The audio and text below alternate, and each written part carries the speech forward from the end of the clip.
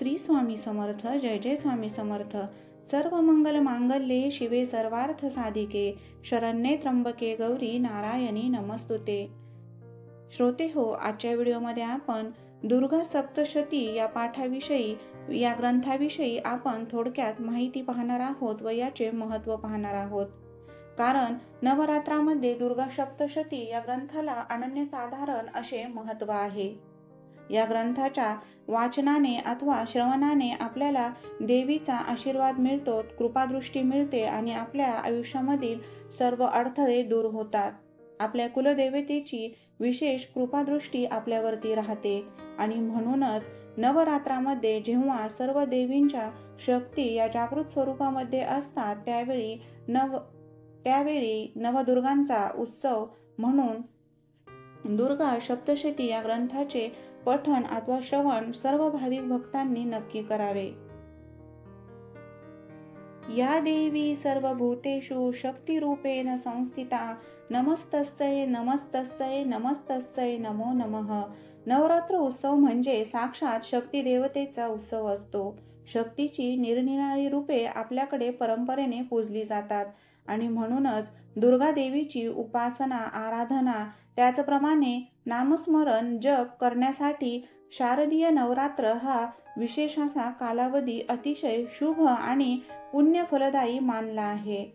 नवरात्रामध्ये केलेल्या दुर्गा देवीचे पूजन हे सर्वश्रेष्ठ मानले गेलेले आहे आणि म्हणूनच नवरात्रांच्या संपूर्ण 9 दिवसांमध्ये दुर्गा देवतेच्या 9 रूपांचे पूजन केले जाते. अनेक ठिकाणी आपापले कुळाचार, कुळधर्म, प्रथा, पद्धती, त्याचप्रमाणे परंपरा यानुसार विशेष असे व्रताचरण केले जाते आणि नवरात्र उत्सव मोठ्या आनंदाने साजरा केला जातो.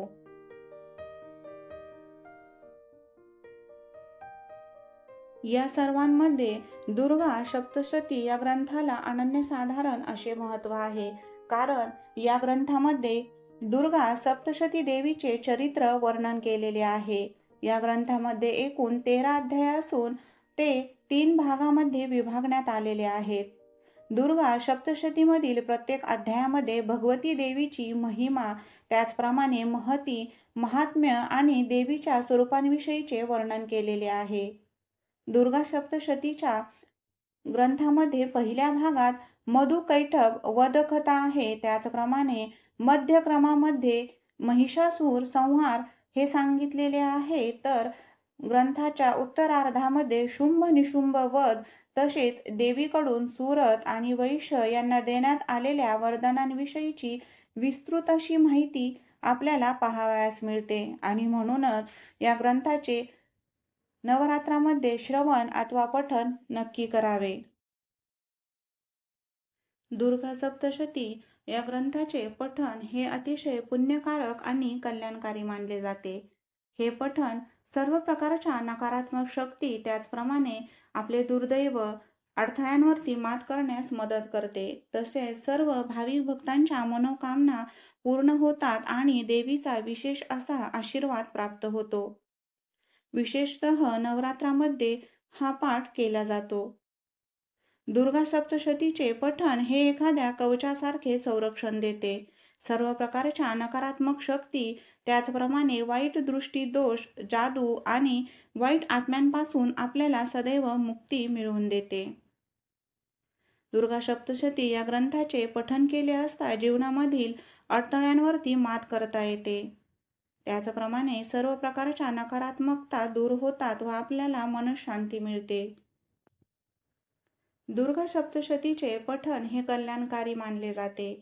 यामुळे आपल्या जीवनामध्ये सकारात्मक बदल घडून येतात, त्याचप्रमाणे सकारात्मक ऊर्जा येते व देवीची कृपा लाभते.